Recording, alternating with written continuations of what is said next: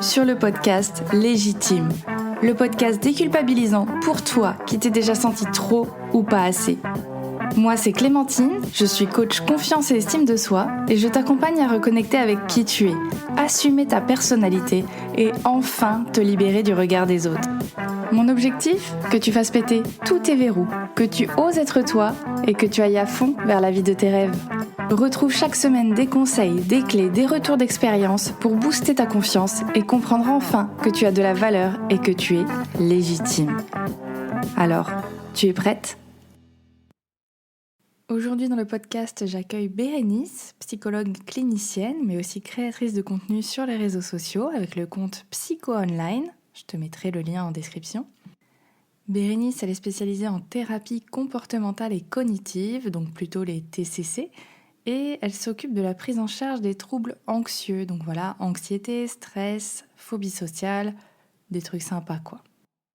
Et si je l'ai invitée aujourd'hui dans le podcast, c'est justement pour parler de ces sujets-là, mais de façon assez légère, avec de l'humour, toujours dans la bonne humeur, et te donner des conseils pour gérer justement ces troubles anxieux, son stress, etc. Donc je te laisse tout de suite avec l'épisode et évidemment, je t'invite à t'abonner si c'est pas déjà fait. Ok, alors bienvenue Bérénice. Donc aujourd'hui, je suis ravie de t'accueillir pour qu'on parle d'un sujet qui est quand même assez connu. En tout cas, on commence de plus en plus à en parler, donc qui est l'anxiété. Mais avant de commencer, j'avais envie de te poser une petite question pour briser la glace, pour faire connaissance avec toi.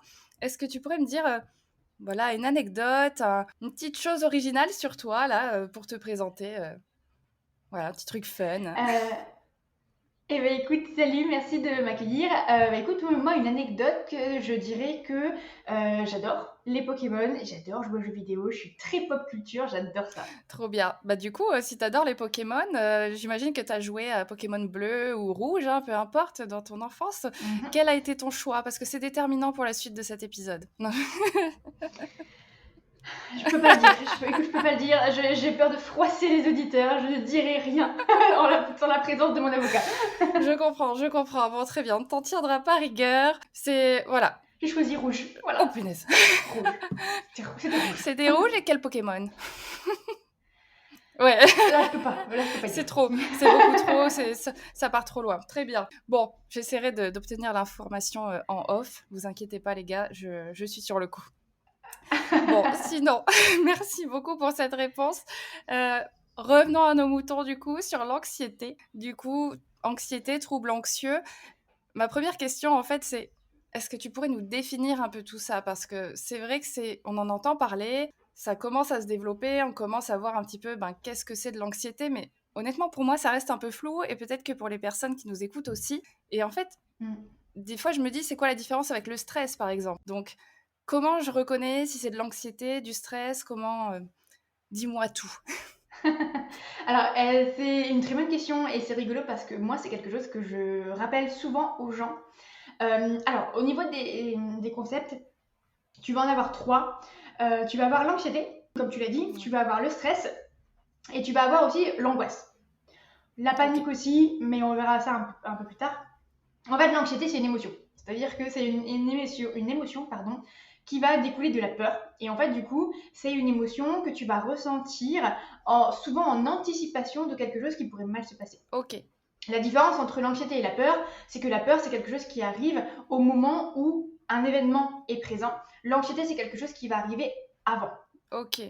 Ouais. Donc voilà, c'est toutes les deux des émotions. C'est juste qu'il y en a une qui se met en place au niveau du moment de l'événement et l'anxiété va se mettre en place un peu avant. Tu peux avoir aussi de l'anxiété sur le moment même, mais souvent en fait c'est confondu avec de la peur. En fait, on est sur de la peur à un niveau qui sera pas très intense. Souvent les gens confondent. Ok. Ouais. Donc du coup ça c'est pour la différence entre anxiété et peur. La différence avec le stress, c'est que le stress en fait c'est une réaction physiologique. Le stress, c'est la physiologie, en fait, c'est des hormones que tu vas sécréter quand tu vas avoir justement ces émotions-là d'anxiété et de peur. D'accord, ok.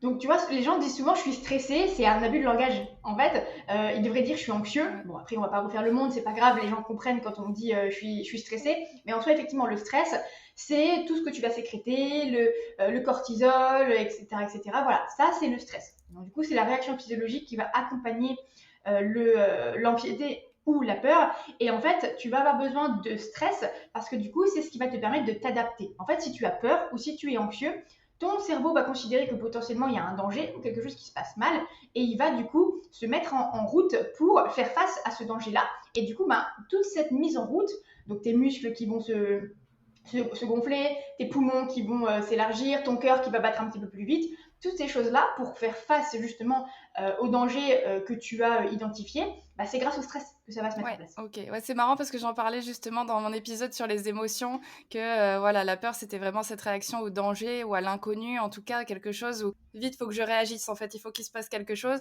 Donc le stress, en fait, c'est cet événement qui fait que, enfin, ce qui se passe physiologiquement pour que, allez, on y va, là, il faut faire quelque chose, il faut agir, quoi. Exactement. Ok. L'angoisse, Ouais. L'angoisse, du coup, c'est une sorte d'anxiété, mais en fait, la différence, c'est que l'angoisse, c'est quelque chose qui va se manifester et qui n'aura pas d'objet, tu vois. Alors, il n'y a pas consensus au niveau de la littérature scientifique, on est vraiment plutôt sur des choses qui vont être de l'ordre de la philosophie. Tu vois, en fait, au niveau scientifique, on n'a jamais fait de différence, on n'a jamais réussi à prouver qu'il y avait une différence entre l'anxiété et l'angoisse. Ok. Après, au niveau philosophique, tu es au niveau de manière générale un peu humaniste, on s'accorde à dire que l'anxiété, ça va être une appréhension qui va se manifester par rapport à une situation bien définie, à un événement bien défini, alors que l'angoisse, c'est quelque chose qui n'aura pas d'objet, en fait. Ok, ça marche. Donc voilà, on est plutôt là-dessus, mais voilà, c'est rien, il n'y a rien de scientifique là-dedans. Au niveau scientifique, il n'y a aucune différence, aucune étude n'a jamais réussi à prouver qu'il y avait une différence entre les deux. Encore une fois, c'est plutôt une manière de définir ce que tu vas ressentir. Tu as des gens qui vont dire, voilà, je fais de l'anxiété, tu as des gens qui vont dire, je suis angoissée, etc. etc. Ouais. Tu vois, c'est pareil, entre attaque de panique et crise d'angoisse, techniquement, scientifiquement, il n'y a aucune différence. D'accord. Okay. Pareil, là, on n'a jamais, au niveau des études, même encore maintenant, j'ai regardé là la semaine dernière, je crois, aucune étude n'a jamais montré qu'il y avait une réelle différence entre une crise d'angoisse et une attaque de panique. Non, au sens scientifique du terme, c'est la même chose. C'est juste que du coup, les gens vont, et ils ont raison, définir ce qu'ils ressentent d'une manière ou d'une autre. Ouais. Et il y en a qui vont faire des différences. Donc voilà. Et du coup, la panique, en fait, c'est de l'anxiété ou de la peur plus. Tu vois, c'est-à-dire qu'en fait, c'est un moment où ton anxiété, ta peur vont atteindre un pic à un certain niveau. Et là, à ce moment-là, du coup, tu vas avoir des sensations physiologiques, comme ce qu'on a dans les crises d'angoisse ou dans les attaques de panique, qui vont être assez importantes. Et là, du coup, on commence à parler de panique. Ok, ça marche. Donc, pour résumer, la peur, c'est par exemple, je vais parler en public. Là, je vais commencer ma conférence. Et encore, non. J'ai peur parce que, je sais pas, mon micro marche pas. Donc là, j'ai du stress qui se dégage parce que, justement, qu'est-ce que je vais faire ? Donc là, je commence à le sentir dans mon corps, les mains moites peut-être, etc. Et donc, j'ai peur de foirer ma conférence parce que le micro ne marche pas. L'anxiété, ça serait peut-être en amont, donc 2-3 jours avant. Ouais, non, mais en fait, je vais pas me présenter à ma conférence parce qu'en fait, je vais jamais y arriver, c'est sûr, ça va foirer, mon micro va pas marcher, voilà. Exactement. L'angoisse, du coup, ça pourrait être la même chose ou alors ça pourrait juste être justement, voilà, c'est peut-être ma façon d'interpréter, un stress, une peur de se dire, juste je ressens une peur, mais je sais pas exactement par rapport à quoi. J'ai cette peur par rapport à cette conférence peut-être, mais j'arrive pas à déterminer le pourquoi du comment, qu'est-ce qui me fait vraiment peur, etc.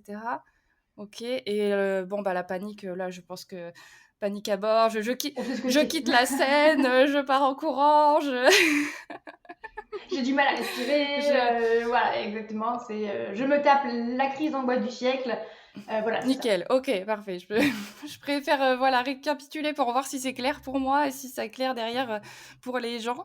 Ok, trop bien. Et du coup, l'anxiété, comment ça se représente, comment ça se manifeste ? Bon, il y a ce stress ce truc physiologique, mais est-ce qu'il y a d'autres signes ? Comment je peux savoir en fait si je suis anxieuse ou si quelqu'un est anxieux ? Je sais pas comment. Est-ce qu'il y a des signes en fait ? Alors, tu peux avoir des signes, tu peux ne pas en avoir. Il y a des gens qui sont très doués pour cacher leur anxiété. Après, tu peux en voir quand même. Parfois, tu vas avoir les mains qui tremblent. Parfois, tu vas avoir les mains moites, comme tu l'as dit. Tu vas avoir un peu de mal à respirer. Tu sais, la boule dans la gorge, la sensation d'oppression dans la poitrine, etc. Donc, toutes ces choses-là, ça doit te faire penser un petit peu à quelque chose d'émotionnel. Alors après, tu peux avoir ces sensations-là pour d'autres émotions, mais dans l'anxiété, c'est aussi ça. Et puis, bah, tu vas avoir aussi Ouais. le verbal, en fait. Alors, il faut que les gens arrivent à le dire, en fait, parce que parfois, ils n'y arrivent pas. Mais ça va être, mais en fait, imagine, il se moque de moi, ou en fait, imagine, mon micro, il fonctionne pas, ou en fait, imagine, je suis trop nulle, je vais oublier mon Oui. texte. Tu vois, tu vas avoir du coup des verbalisations, donc qu'on va appeler des inquiétudes, tout bêtement, qui vont venir aussi manifester le fait que toi, Ok. tu es Ouais. anxieux. Et donc du coup, tu vas avoir donc les réactions physiologiques dont je viens de te parler, pardon, et puis ensuite, tu vas avoir aussi des comportements. Oui. Qu'est-ce que je fais? Est-ce que je bois 3 litres d'eau pour être sûr de ne pas avoir mal à la gorge avant mon discours? Est-ce que je prends un anxiolytique Ouais. avant d'aller faire mon discours?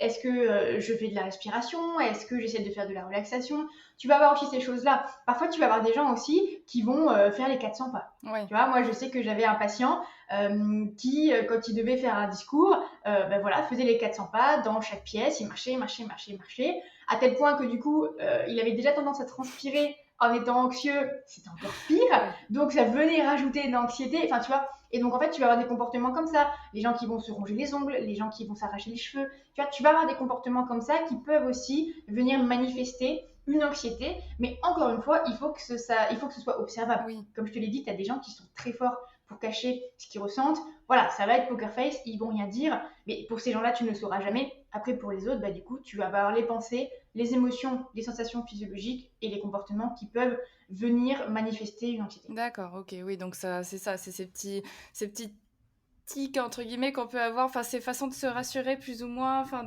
ouais, comme tu dis les 400 pas, enfin essayer de se Mm. refocus sur quelque chose, genre allez ça va aller, ok, ou puis après les réactions effectivement main moite, le cœur qui bat très très vite. C'est sûr que si les personnes disent oui je suis Mm. stressée, là ça va pas du tout, je vais pas y arriver, c'est plus simple à reconnaître effectivement. C'est direct, Mais ouais. et du coup, tu parlais de troubles anxieux généralisés. Enfin, je sais que c'est aussi ta spécialité. C'est quoi en fait un Mm. trouble anxieux généralisé? Est-ce que ça veut dire que ça touche tous les événements de ta vie? Enfin, Alors, ouais, tu y es ah, presque, tu y es presque. En fait, l'anxiété, c'est quelque chose qui va se manifester par événement ou par domaine, tu ok, vois. Par exemple, dans la phobie sociale, tu vas avoir peur que d'une catégorie de situations, donc d'un domaine de situations, qui vont être les situations sociales. ouais, Donc, faire un discours, manger en public, participer à une réunion, etc. Ça va être des situations qui sont différentes, mais qui appartiennent à une même catégorie de situations.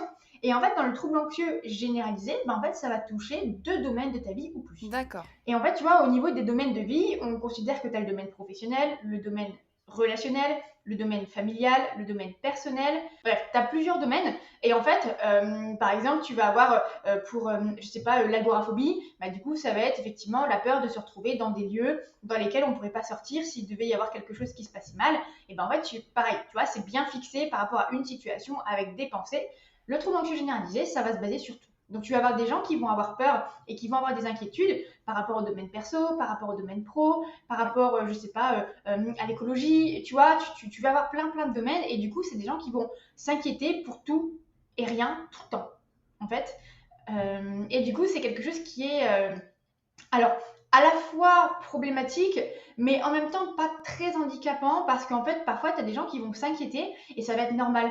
Tu vois, j'avais lu des études où, par exemple, chez les mamans, c'est très valorisé socialement de s'inquiéter pour ses enfants. Et du coup, tu as énormément de mamans qui ont Oui. un trouble anxieux généralisé et qui ne le savent pas et qui du coup en développent du coup malheureusement les problématiques qui suivent parce qu'en fait, tu vois, tout à l'heure je te disais, il y a le stress que tu vas sécréter avec le cortisol, etc. C'est pas des choses que tu es censé sécréter tout le temps. En fait, au bout d'un moment, quand tu le sécrètes tout le temps, ça va avoir un impact sur tes intestins, sur ton cœur, sur ton foie, etc. etc. Oui. Et en fait, bah, ça peut poser problème si jamais c'est quelque chose qui est chronique. Et en fait, au niveau du trouble anxieux généralisé, tu as certaines personnes qui le font toute leur vie sans savoir ce que c'est, mais qui du coup vont sécréter du cortisol et les autres hormones liées au stress, je ne sais plus ce que c'est. Et du coup, ça va avoir un impact sur leur situation. Et par exemple, tu vois, au niveau du trouble anxieux généralisé, tu as énormément de personnes qui ont des douleurs musculaires. Parce qu'ils sont toujours tendus à force de s'inquiéter. Et donc, ils vont avoir des courbatures, ils vont avoir des lumbagos, ils vont avoir des sciatiques qui vont être Ah oui. bloqués, etc. etc.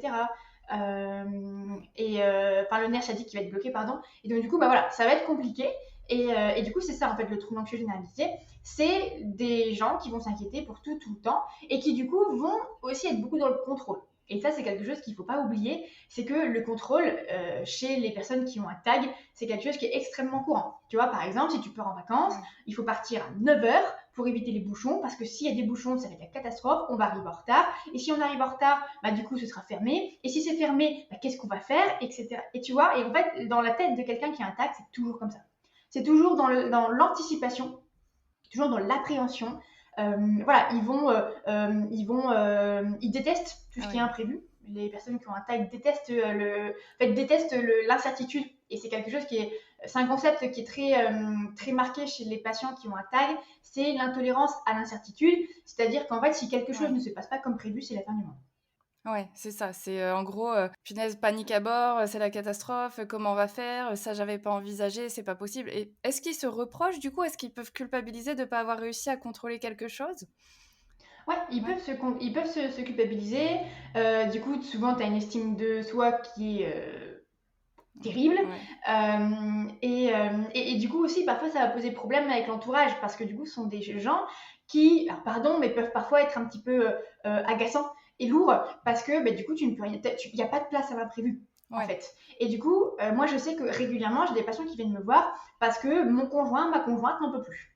Ouais, d'accord, oui. Eux, ça les dérange pas parce que eux, ça les rassure de fonctionner comme ça et d'être dans le contrôle. Donc même si c'est compliqué, même s'ils savent qu'il y a un problème, ils sont rassurés. Et en fait, c'est toujours mieux que d'être anxieux. Le problème, c'est que le conjoint, la conjointe, qui n'a pas le droit.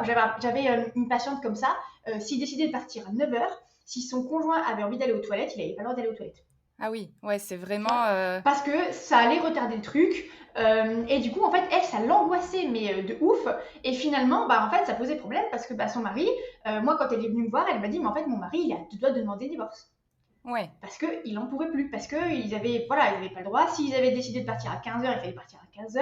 Parce que sinon, il y allait avoir des bouchons. Et s'il y avait des bouchons, ils allaient rentrer tard. Et puis, si elle commence à faire à manger à 19h10 au lieu de 19h, du coup, les enfants allaient aller se coucher à 20h10 au lieu de 20h. Et là, ce serait la fin du monde parce que sinon, ils vont mal dormir. Et puis, s'ils dorment mal, du coup, ils vont pas être efficaces à l'école. Et puis, s'ils sont pas efficaces à l'école, ils auront jamais leur bac. Et puis, s'ils ont jamais leur bac, et tu vois, et moi, cette patiente-là, elle me faisait des scénarios catastrophes comme ça, où quand on allait au bout, elle allait penser carrément ces enfants, ils allaient mourir sous un pont. Ah oui, elle allait au-delà d'elle-même, enfin ça allait très très loin. Ah oui. Ouais, et c'est très très courant. Alors, ils en ont pas souvent conscience, mais en tout cas, moi, c'est ce que je fais pour qu'ils prennent conscience justement que leurs inquiétudes, elles sont un petit peu, exagérées, entre guillemets. Parce qu'effectivement, moi, cette patiente-là, elle s'en était pas rendue compte. Mais voilà, moi, une fois, elle m'avait dit, mais en fait, si je commence à faire à manger à 19h10 au lieu de 19h, mes enfants, ils vont pas être efficaces à l'école. Et puis, s'ils sont pas efficaces à l'école, qu'est-ce qui va se passer? Et du coup, dans ces moments-là, moi, je leur demandais, ok, qu'est-ce qui va se passer? Elle me dit, voilà, ils vont avoir des mauvaises notes, on va pas réussir à les faire se rattraper. Et en fait, au fur et à mesure, elle me disait que du coup, ces enfants allaient rater l'école, n'allaient pas avoir leur bac, n'auraient pas d'emploi qui leur fait plaisir et qui les épanouit, feront une dépression et vont se suicider. Ah, c'est sympa, ça donne envie, effectivement, ouais. Ouais, et tu vois, et du coup, ces gens-là, ils sont hyper stressés tout le temps, et c'était comme ça pour tout, ma patiente. Alors, là, c'était un cas assez sévère, hein, mais de manière générale, même sans aller dans ces extrêmes-là, ils ont toujours des scénarios catastrophes qui se déroulent dans leur tête, tu vois. Et parfois, ils vont vraiment pas aimer parce que du coup, l'incertitude, c'est une émotion, enfin, c'est un concept, c'est quelque chose qui va te faire ressentir du stress, justement parce que tu vas devoir t'adapter.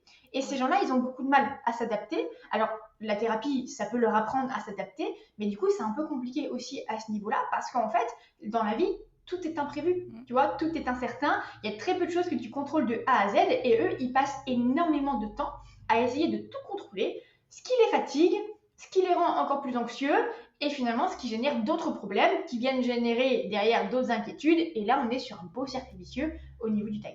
Ouais, effectivement, ouais, parce que c'est ça, comme tu dis, il y a des choses qui sont totalement incontrôlables et qui, enfin, ne serait-ce que la météo, en fait, tu peux pas, enfin, c'est toujours un exemple un peu bateau, mais en fait, c'est l'exemple parfait. Je veux dire, tu ne contrôles pas la météo, donc si tu avais prévu une activité à l'extérieur, ça va être effectivement d'être capable de se dire, bon, ok, effectivement, je vais peut-être pas y aller, et encore, ça dépend, tu vois, moi, je vais courir sous la pluie, donc finalement, je m'adapte comme je peux.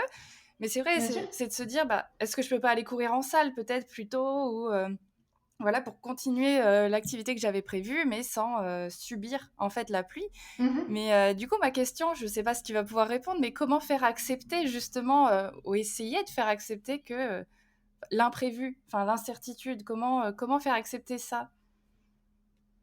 Alors moi, je les expose. Ouais. Moi, je les expose. Moi, je suis un monstre. En thérapie, je leur fais quasiment que des expositions. Et du coup, on va commencer par des choses toutes bêtes. Tu vois, par exemple, je vais leur dire, bah voilà, vous allez aller dans un restaurant que vous ne connaissez pas. Et vous allez choisir un plat que vous n'avez jamais pris. Voilà. Pour D'accord, créer un peu oui. d'incertitude, tu vois. Et c'est des trucs un peu ludiques. Et souvent, ils sont là, ils me disent, oh, mais ça, c'est facile. Je leur dis, non, mais faites-le. Faites-le, on en reparle. Et la plupart du temps, ils reviennent et ils me disent, non, mais en fait, c'était terrible, j'ai pas su quoi faire. J'ai passé 20 minutes devant la carte, le serveur, il est venu 3 fois. Et du coup, ce genre de choses, voilà, je vais leur dire, bah, par exemple, si vous avez l'habitude de manger à la même place à table, bah, vous allez manger à une autre place. Si vous avez l'habitude d'aller Ouais. faire vos courses à Carrefour, vous allez aller faire vos courses à Auchan. Et du coup, tu vois, je vais les forcer en fait à mettre en place. Et au début, parce que du coup, l'exposition, c'est quelque chose qui se fait de manière progressive.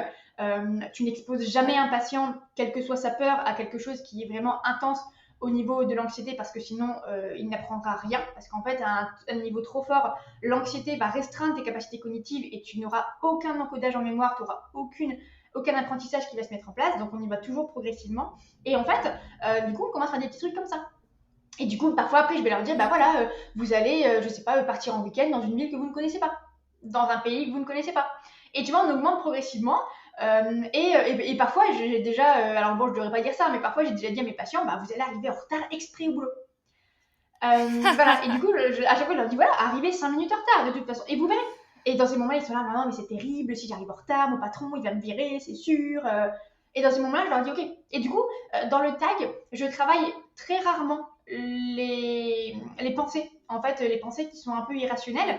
Parce que du coup, souvent, ce que je leur propose, c'est d'aller s'exposer et d'aller venir travailler directement et mettre à l'épreuve, en fait, leur scénario. Et en fait, j'ai envie de te Ouais. dire, Clémentine, aucun patron n'a jamais viré quelqu'un d'irréprochable quand il arrivait une fois 5 minutes en retard, tu vois. On est d'accord. Mais ne prenez pas ça comme excuse à votre patron, genre c'est ma psy qui m'a dit d'arriver en retard, hein. Je vous vois déjà venir là avec cette Ouais, histoire-là. ouais. Mais, heu, mais on est d'accord, mais en fait c'est ça, c'est comme tu le dis, en fait les pensées sont Mhm. irrationnelles. Donc à partir de là, pourquoi essayer d'aller discuter avec ça? Mais comme tu dis, on va aller remettre en doute ces pensées-là, ces convictions-là, en passant à l'action en C'est fait. ça. Je vais te montrer par A plus B, enfin tu vas te montrer par A plus B que regarde, est-ce que tu as été viré? Non, et ça se trouve, ton patron, il s'en rendra même pas compte en Exactement. plus que tu es arrivé 5 minutes en retard. Mais ouais, c'est intéressant justement de se lancer ces petits, ces gros défis, je Ouais, vais c'est même des gros dire, parce que défis pour eux. finalement, comme tu le dis, c'est énorme pour ces personnes-là, de se lancer ces gros défis, de dire, OK, je vais aller, ouais, c'est ça, dans un resto, je vais choisir un plat que je ne prends jamais d'habitude et on va voir ce qui se passe. Et c'est vrai qu'on se rend pas compte à quel point ça peut impacter. Oui, c'est parce que les personnes qui ont un TAG sont aussi des personnes qui vont avoir du mal à prendre des décisions. Ouais, c'est ce que Tu j'allais vois, parce dire, ouais. Mm. qu'effectivement, tu as ce petit côté de si je me trompe, qu'est-ce que ça fait? Et pour beaucoup de personnes qui ont un TAG, se tromper, c'est terrible. Et du coup, moi, souvent, je leur dis, mais en fait, non, vous allez y aller et vous allez choisir. Parce que du coup, c'est des gens qui vont toujours dire, bah, je sais pas, comme toi tu veux, qu'est-ce que toi tu préfères? Et du coup, ils sont encore une fois dans cette, un peu cette passivité qui fait que du coup, ils prennent pas le risque de se tromper et de se rendre compte que se tromper, c'est pas terrible. Ouais, Et c'est tu vois, ça. par exemple, moi, du coup, ce genre de choses que j'adore faire, c'est je vais leur dire, bah, vous allez aller commander sur Internet. Et vous allez commander des vêtements sur Internet. Et puis, ben, vous allez voir un petit peu. Et souvent, ils sont là, genre, oh, mais si je me trompe, si c'est pas la bonne taille, qu'est-ce qui se passe? Dans ce moment-là, on va chercher, en fait. Et tu vois, au niveau cognitif, je préfère faire ça. Je préfère aller travailler sur, ok, si vous vous trompez, qu'est-ce qui se passe? Ok, est-ce Mm. que il va se passer ça? Est-ce qu'il va se passer ça? Est-ce qu'il va se passer ça? Et du coup, souvent, je fais des raisonnements aussi par l'absurde, tu vois. Je leur dis, voilà, si vous vous trompez de taille, votre maison, est-ce qu'elle va exploser? Et du coup, ils sont là, D'accord. genre, bah non. Et ils disent, ok, alors qu'est-ce qui pourrait se passer de grave? Et souvent, ils sont là, genre, bah rien. Du coup, ok, qu'est-ce qui pourrait se passer de pas grave? Bah, ok, vous avez perdu 40 euros. Voilà, parce que vous avez acheté 2 chemises, qu'elles sont pas la bonne taille, vous avez perdu 40 euros. Maintenant, il s'est passé ça, vous êtes devant le fait accompli, qu'est-ce que vous pouvez faire pour, entre guillemets, rattraper le coup? Et du coup, on va chercher des solutions ensemble. Et du coup, on va plutôt être là-dedans. Au niveau des tags, on va plutôt être dans la recherche de solutions si jamais quelque chose se passe mal. Et du coup, on va chercher, ok, par exemple, bah, sur les 2 chemises qu'on a commandées qui sont pas la bonne taille, bah, on peut les renvoyer. Tu vois, moi souvent je Oui. leur dis, bah, si vous vous trompez, vous renvoyez. Hein. il y a plein de sites maintenant qui font des trucs gratuits, des retours gratuits. Vous renvoyez ou vous revendez sur Vinted ou vous en ferez un cadeau, etc., etc. Et du coup, parfois, en fait, c'est quelque chose qui est très intéressant aussi, c'est du coup de les forcer à être dans une démarche de résolution de problèmes. Tu vois, parce Oui. que du coup, parfois ils ont l'impression que s'il y a un problème, c'est la fin du monde, ils ne sauront pas gérer. Et du coup, ce qui va être intéressant, ça va être aussi de leur redonner confiance dans leur capacité à faire face à une situation en leur disant, mais en fait, vous avez les capacités, vous allez réussir à gérer tout ça, il faut juste que vous puissiez les mettre en place. Et du coup, au début, je les accompagne beaucoup là-dedans. Et du coup, je leur demande souvent de me faire des journaux d'auto-observation. De manière générale, je travaille beaucoup avec ça pour que du coup, on puisse aussi renoter, revoir un petit peu ce qui s'est passé dans les semaines entre les deux séances. Ouais. Et du coup, je leur demande, ok, bah voilà, il se passe ça, qu'est-ce qui va se passer? Si votre collègue, il vous dit, ah, mais t'es arrivé en retard ce matin, voilà, qu'est-ce qui va se passer? Etc., etc. Et du coup, tu vais travailler avec eux sur la recherche de solutions si jamais ils sont face à quelque chose qu'ils n'avaient pas prévu. Ouais, ouais, ouais. Ouais, bah, je pense que, enfin, c'est pareil ce qu'on fait un petit peu en coaching. En fait, c'est ça, Mm. c'est toi qui vas trouver tes solutions. Donc, effectivement, on accompagne parce que, bah, des fois, les gens sont bloqués, comme tu dis, je vais pas y arriver, qu'est-ce que je vais faire? Ça va être la Ouais. panique. Donc, non, voilà, comme tu dis, en fait, step by step. S'il se passe ça, qu'est-ce que tu pourrais faire? Qu'est-ce que tu peux faire avec tes chemises trop grandes? Donc, ouais, c'est ça, en fait, trouver ces solutions, voir tout le panel de possibilités qui est possible et se dire, bon, bah, ok, en fait, j'ai plein de possibilités. Et comme tu dis derrière, ça va booster la confiance en soi, parce qu'ils vont se rendre compte qu'ils sont capables finalement de gérer. Ça améliorera leur estime d'eux-mêmes, parce que là aussi, je pense que s'il y a cette indécision, se dire si je me trompe, Mm. c'est la catastrophe, je pense que ça a aussi un rapport avec le fait que ça va, je vais perdre en valeur si je me trompe, on va se rendre compte que je suis quelqu'un de mauvais, de nul, ou ce que vous voulez, hein, choisissez Mhm. l'adjectif qui vous convient. Mais ouais, ouais, ouais, je pense que enfin, c'est top d'entendre ça, c'est top de voir comment on peut déjà travailler là-dessus. Parce que même si on n'a pas tous des troubles anxieux généralisés, je pense que on a tous des petites anxiétés et peut-être renforcer sur certains domaines. Donc ça peut déjà être une solution. Est-ce que tu aurais d'autres astuces pour l'anxiété? Alors peut-être pas voilà, aussi poussées, mais les gens qui se sentent un petit peu anxieux et Mm. qui se sentent peut-être bloqués quand même de temps en temps, qui se sentent gênés par cette anxiété. Est-ce qu'il y a des petits tips, des petits conseils pour gérer ça? Ouais. Alors moi, ce que je conseille beaucoup, ça va être du coup, dans un premier temps, des techniques de relaxation. Ok, Tu as plein de techniques de relaxation qui existent. Tu as le contrôle ouais, respiratoire, tu vois, respiration ventrale, cohérence cardiaque, respiration en carré, ce genre de choses. C'est des petites choses qui vont t'aider vraiment au niveau comportemental et qui vont t'aider à gérer les symptômes en fait que tu vas ok, ressentir. Après, si c'est quelque chose qui est ponctuel, et là on va faire la différence entre l'anxiété saine, entre guillemets, et l'anxiété pathologique, c'est que si tu as une anxiété pathologique qui se manifeste tout le temps pour des mauvaises raisons, entre guillemets, en fait, les techniques de relaxation, elles vont t'aider sur le moment même, mais ça n'empêchera pas que ton anxiété revienne plus ok, tard. Donc en fait, si tu as une anxiété qui est vraiment très compliquée, qui t'empêche de vivre ou qui te mine le moral ou ce genre de choses, là, ce qui peut être intéressant, c'est d'aller consulter. ouais, Si tu as de l'anxiété saine, normale, parce que je sais pas, demain tu passes un examen hyper important pour toi et que t'es pas bien, là du coup les techniques de relaxation ça va être super. ok, Tu vois, parce que t'es stressé, en même temps tu passes un examen important c'est demain, c'est normal. normal que tu sois stressé. Le stress va aussi te permettre d'adapter et d'utiliser tes ressources en fait, pour que justement tu puisses être au max, parce qu'en fait au niveau de l'efficacité tu vas avoir une courbe et en fait si t'as pas suffisamment de stress, en fait ça marche pas, parce que du coup tu ne seras pas Ouais, suffisamment impliqué. Si tu as trop de stress, ça ne marchera pas parce que du coup tu ne seras pas suffisamment impliqué, parce que tu devras d'abord gérer ton stress. En fait, il faut que tu aies comment dire, une quantité de stress qui va être, suffisante. Donc pas trop, pas trop ouais, peu. Et en fait, ça va être important. Et donc, du coup, dans ces moments-là, les techniques de relaxation, c'est intéressant. Là, je te parlais de la relaxation, de la respiration ventrale. Tu as la relaxation ouais, musculaire aussi. Donc, ça s'appelle la relaxation musculaire de Jacobson. Et du ok. coup, c'est quelque chose qui est hyper intéressant. Ça se base sur des exercices de contraction, décontraction de tes muscles. Et en fait, c'est quelque chose qui est super intéressant et que tu peux mettre en place dans plein de situations différentes. D'accord, bah, c'est intéressant. Bah, écoutez, je vous mettrai les infos en description, hein, que vous puissiez aller voir un petit peu tout ça, à quoi ça ressemble et comment ça se passe. Mais c'est vrai, tu vois, je me dis rien que même le matin, par exemple, quand on s'étire, quand on prend vraiment le temps de s'étirer, un petit peu comme Mmh. les chats le font, Oui. rien que ça généralement, ça détend bien. Enfin, Mmh. ça permet de relâcher, j'ai l'impression, une certaine pression. Donc bon, après, j'imagine que c'est pas ça, Jacobson et cetera, mais rien que ça, je me dis que l'effet effectivement physique, on peut déjà, rien que par le mouvement ou par les étirements, effectivement, comme tu dis, la contraction, aider à relâcher justement Mmh. cette pression, qu'on se met, Non, mais OK. bien sûr, et tu vois, par exemple, là, tu me parlais de physique. L'activité physique, c'est aussi quelque chose qui est hyper important. Tu vois, par exemple, moi, ça me fait énormément de bien d'aller marcher. Quand je suis stressée, que je Ouais, vois que j'avance plus sur mon travail, etc., je vais marcher. Et souvent, on parle d'activité physique et les gens confondent avec activité sportive. Tout le oui, monde n'a pas le temps de faire du sport, tout le monde n'a pas envie de faire du sport, c'est OK. Par contre, du coup, l'activité physique, donc juste aller marcher, aller promener le chien, etc., etc., c'est quelque chose qui va faire énormément de bien. Et tu vois, c'est quelque chose que tu peux mettre aussi en place de manière préventive. C'est-à-dire que, par exemple, moi, c'est ce que je conseille souvent à mes patients.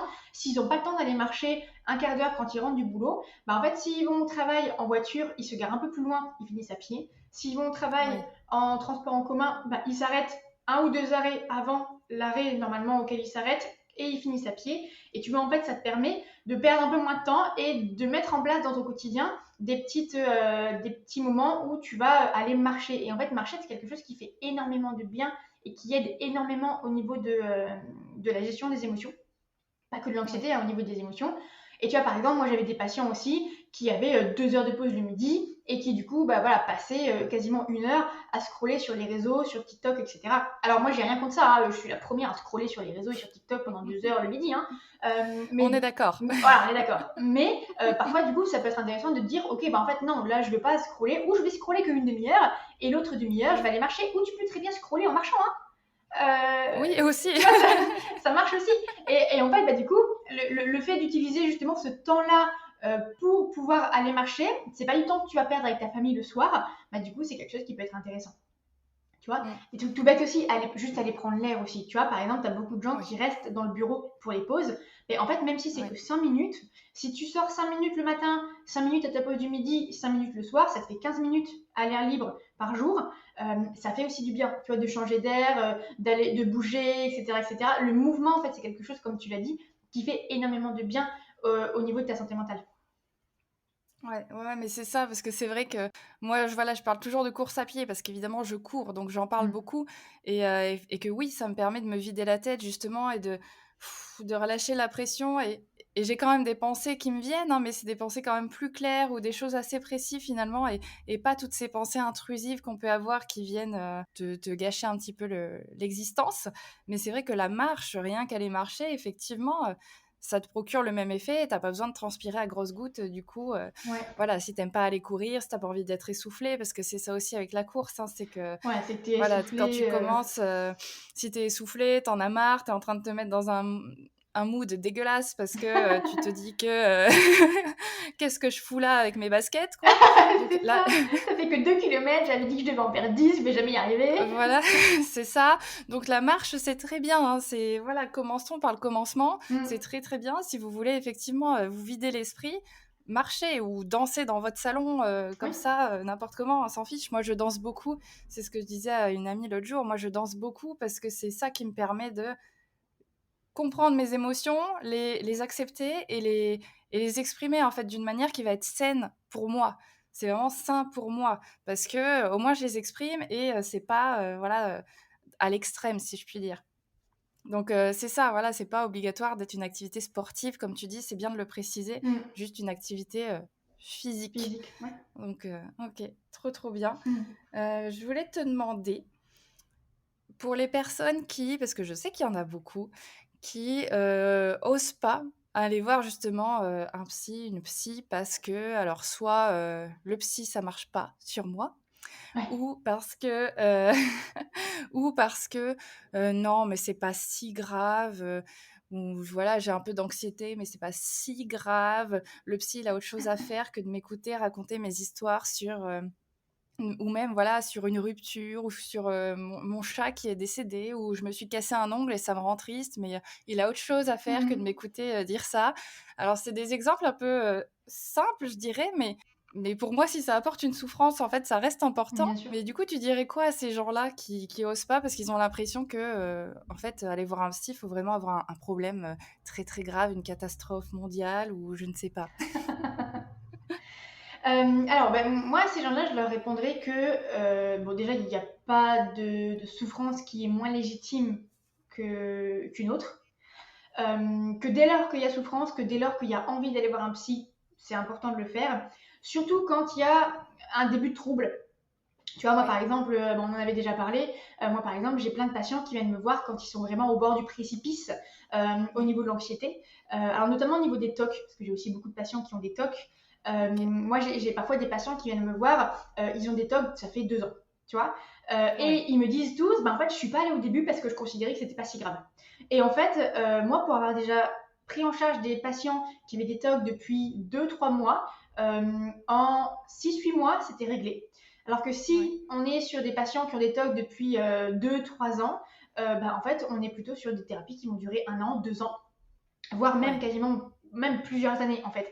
Et du coup, si à la limite ça peut aider certaines personnes, la thérapie durera nettement moins longtemps et ce sera beaucoup plus facile pour vous de réussir, de guérir entre guillemets et d'être pris en charge. Et même pour le psy, ce sera plus simple de vous prendre en charge si ça fait que 2, 3 mois ou si vos symptômes ils sont pas très intenses. Plutôt que d'attendre vraiment, parce que du coup en fait il y a aussi ça, c'est que du coup leur souffrance elle augmente aussi, et en fait oui, parfois c'est difficile parce que si tu commences avec un trouble anxieux et qu'au bout d'un moment ton trouble anxieux prend tellement de place que tu finis par avoir une dépression en plus, parce que du coup tes symptômes te minent le moral et t'ont tellement miné le moral que finalement tu as développé une dépression, en fait, tu vois, genre, en tout cas, moi, à titre personnel, je préfère largement avoir une anxiété sociale, par exemple, qui est légère à prendre en charge, plutôt qu'une anxiété sévère avec une dépression modérée en plus, tu vois. Parce que on est d'accord. c'est beaucoup plus la galère. Et tu as aussi le patient, tu vois, qui souffre aussi beaucoup plus, en fait. Et ça va Oui. avoir un impact beaucoup plus important dans sa vie, etc.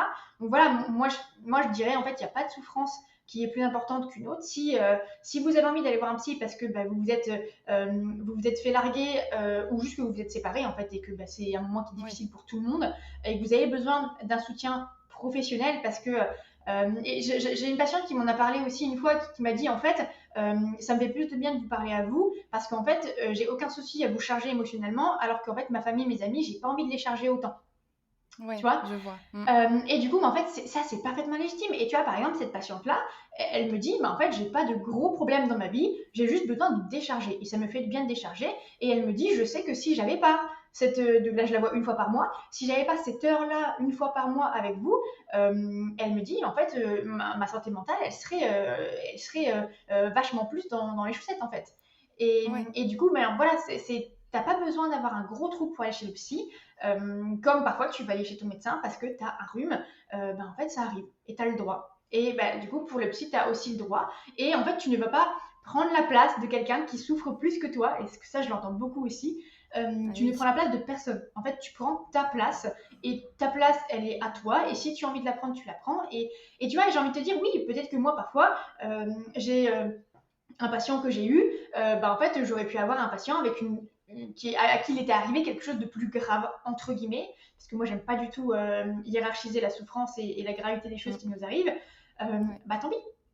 Tu vois, j'ai envie de te dire, c'est comme ça, en fait, tu prends ta place, et s'il y a quelqu'un qui a subjectivement quelque chose que tu considères plus grave que toi, il ira voir un autre psy.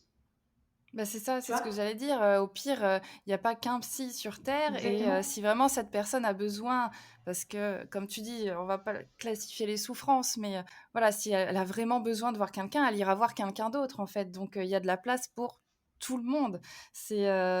Voilà et comme tu dis, si tu as juste besoin d'aller décharger parce qu'en fait, ouais, c'est pas il y a rien de terrible qui se passe dans ma vie, mais quand même, je suis chargée émotionnellement et que souvent c'est plus simple d'aller parler à des inconnus. Combien Aussi, de ouais. fois j'ai fait la psy entre gros guillemets, hein, en faisant mes covoiturages parce qu'en fait parce qu'en fait, Ouais. voilà, c'est simple, on se connaît pas, on Bah oui. discute et puis, finalement, les problématiques, les petits soucis du quotidien, ça sort assez naturellement et du coup, on est dans l'échange et il n'y a pas de cette peur du jugement. Et effectivement, comme c'est pas du professionnel, ça fait moins peur de se confier. Mais finalement, un psy est là pour ça. Un psy est là pour apporter son épaule, son oreille attentive et soit pour décharger, soit pour vous aider à trouver des solutions, du coup, en fonction de la problématique. Mais c'est accessible à tout le monde. Enfin, voilà, moi, je suis allée voir une psychologue, j'ai pas mal de monde autour de moi qui le fait et pourtant, voilà, c'était Mais moi aussi, pas... je vois une psy. voilà, les psys vont voir des psys à un moment. Bien sûr, mais les psys vont voir des psys, hein, clairement. Hein. Mais parce qu'évidemment, enfin, c'est pas les bisounours, hein, dans tous les cas, on a tous des moments de moins Ouais. bien et des moments très très bien aussi. Mais voilà, je pense que c'est bien d'aller en parler, en fait. C'est plutôt agréable, plutôt comme tu disais, de laisser pourrir le truc, de laisser bouillir le truc et qu'un jour, ça explose ou alors que ça va prendre 3 ans de thérapie. Donc écoutez, avec Ouais. l'inflation, moi je vous dis, c'est peut-être pas le moment de faire 3 ans de thérapie parce que ça va vous faire un sacré budget. Donc Clairement pas le moment. voilà, donc Misez sur vraiment, 6 si vous mois. sentez qu'il y a quelque chose qui va pas et que ça commence, allez-y tout de suite, ça vous fera des économies pour plus tard. Si c'est un leitmotiv, voilà, si c'est un Le petit mot de leitmotiv la pour fin. vous l'argent, voilà, écoutez. Non, mais en plus, on dit ça en rigolant, mais c'est important, effectivement. Moi, j'ai des gens à qui j'ai déjà dit, mais en fait, vous voyez, là, vu votre état, on est au moins sur un an et demi de thérapie. Et parfois, ils sont là, ils me disent, en fait, voilà, j'aurais peut-être pu faire ça en moins longtemps. Et du coup, je leur dis, ouais. Et du coup, même pour rire, et en même temps, c'est pas vraiment pour rire, tu vois. Souvent, je fais ça avec des patients avec qui je m'entends très bien et avec qui j'ai une bonne alliance, hein. Mais je leur dis, vous imaginez un petit peu tout l'argent que vous m'avez donné, alors qu'en fait, vous auriez pu m'en donner beaucoup D'ailleurs, je vous moins. remercie pour les vacances en Grèce, c'était super. Moi, c'est plutôt pour les formations. Je dis merci de me payer mes formations. Parce que je prends pas beaucoup de vacances, j'avoue. Mais tu vois, effectivement, oui, moi, souvent, c'est ce que je leur dis. Et de manière générale, c'est important aussi. Parce que tu as des gens t'as des gens véritablement, hein, qui te disent, en fait, non, ça coûte trop cher, j'ai pas envie de payer. Donc ça, c'est quelque chose que je comprends parfaitement. Hein. Mais du coup, qui finalement vont aller payer quand 6 mois plus tard, 1 an plus tard, leur souffrance, elle est beaucoup plus intense. Et du coup, moi, dans ces moments-là, moi, je vais leur dire, vous allez beaucoup plus payer en attendant que si vous y étiez allé directement. Ouais, à un moment donné, il faut dire les choses. Hein. C'est vrai que voilà, c'est par A plus B, c'est logique en fait. Si tu commences à prendre soin de toi maintenant, psychologiquement, physiquement, peu importe, en fait, plus tôt tu vas commencer et plus vite ça sera réglé en fait, plutôt qu'effectivement de te laisser sombrer dans le truc. Et là, ouais, ça faut prévoir son petit budget quoi. Trop bien. Écoute, merci pour ces petites réponses. J'ai une dernière question. Je sais pas si voilà, tu vas pouvoir nous dire grand-chose là-dessus, mais comme le podcast s'appelle Légitime, qu'est-ce que tu dirais à quelqu'un justement qui ne se sent pas légitime, ou qui a du mal à se sentir légitime alors dans son travail, dans sa vie perso, enfin voilà, qui a un peu du mal à se sentir à sa place, qui se sent trop, pas assez, enfin voilà. Est-ce que tu aurais un petit truc à nous dire là-dessus? Écoute, moi, quand tu m'en as parlé, la première chose qui m'est venue à l'esprit, c'est qu'en fait, tout le monde a sa place. Tout le monde est légitime. Et qu'en fait, rien que par le fait... Alors, en tout cas, c'est peut-être une vision un peu rose que j'ai par rapport à ça, mais moi, je considère que dès lors que tu es quelque part, tu as ta place, tu es légitime. Après, la question, c'est plus souvent le fait de se sentir légitime. Et souvent, dans ces moments-là, c'est quelque chose qui n'a rien à voir avec les compétences. Tu as plein de gens qui ne se sentent pas légitimes, qui savent qu'ils ont les compétences. D'ailleurs, les gens qui se sentent le plus légitimes sont souvent ceux qui ne le sont pas ou qui sont les moins compétents. Il y a des études là-dessus. Hein. Donc voilà, moi je pense que ce qui peut être intéressant, c'est aussi de se demander, ok, qu'est-ce qui en moi vient me faire croire que je ne suis pas légitime? Et en fait, souvent, c'est plutôt au niveau de ses ressentis, de ce qu'on a vécu et de l'estime de soi qu'il faut travailler par rapport à ça. Et la plupart du temps, il faut se dire que c'est pas du tout un problème de compétence et que si vous cherchez le niveau de vos compétences, c'est foutu parce qu'en fait, vos compétences, elles seront toujours améliorables. Alors que votre estime de vous, elle peut rester là malgré les compétences qui vont fluctuer. C'est ça, on est d'accord. Si c'est juste une question de compétence, c'est bien, ça sera facile à acquérir. Ouais. Il y a des choses à faire, des formations, des choses à mettre en place. Au moins, ça sera réglé. Mais effectivement, voilà, on touche toujours à l'estime de soi. Effectivement, je ne me sens pas légitime parce que voilà, j'ai vécu des choses, on m'a dit des choses. Je voyais justement une vidéo par rapport à l'école et ce qu'on pouvait noter sur les bulletins scolaires qui Ouais, c'est terrible. parfois vient vraiment saquer ton estime de toi. Et j'ai eu des retours là-dessus qui sont quand même assez effrayants. Mais j'en ferai un autre épisode, donc on en parlera dans un autre épisode. Mais clairement, voilà, le souci de légitimité, c'est de l'estime de soi. Donc si jamais il y a quelque chose qui bloque là-dedans, vous pouvez me contacter évidemment, mais vous pouvez aussi Évidemment. contacter une super psychologue par rapport à vos troubles anxieux ou autres. J'en profite pour faire sa petite promo quand même, parce que Trop mignonne. merci Bérénice d'être venue. Et elle vous propose des petits programmes qui sont à faire chez vous, en autonomie, tout seul, justement par rapport à l'anxiété et à la phobie sociale, hein, c'est ça, si je dis pas Ouais, de bêtises. trouble. Alors, tu as Voilà. un programme sur la gestion du stress et de l'anxiété de manière globale. Ouais. Et ensuite, du coup, j'en fais des plus petits qui sont vraiment spécifiques pour chaque trouble. Donc, pour l'instant, j'ai celui sur le trouble anxieux généralisé, donc comme on en avait Oui. parlé. J'ai celui sur l'anxiété sociale et j'en ai un sur la dermatillomanie. Oui, donc ça, c'est le fait de De se stricturer toucher la la peau, enfin peau, de voilà, stricturer la peau. percer les Ok. boutons, etc., etc. Et j'en ai un qui sort bientôt, mais du coup, voilà, le thème est encore secret. Donc, j'en parlerai sur Ah. Instagram d'ici la semaine prochaine, je pense. Ok, parfait. Bah écoute, justement, de toute façon, l'épisode sort la semaine prochaine. Donc, je vous mettrai toutes les infos en description.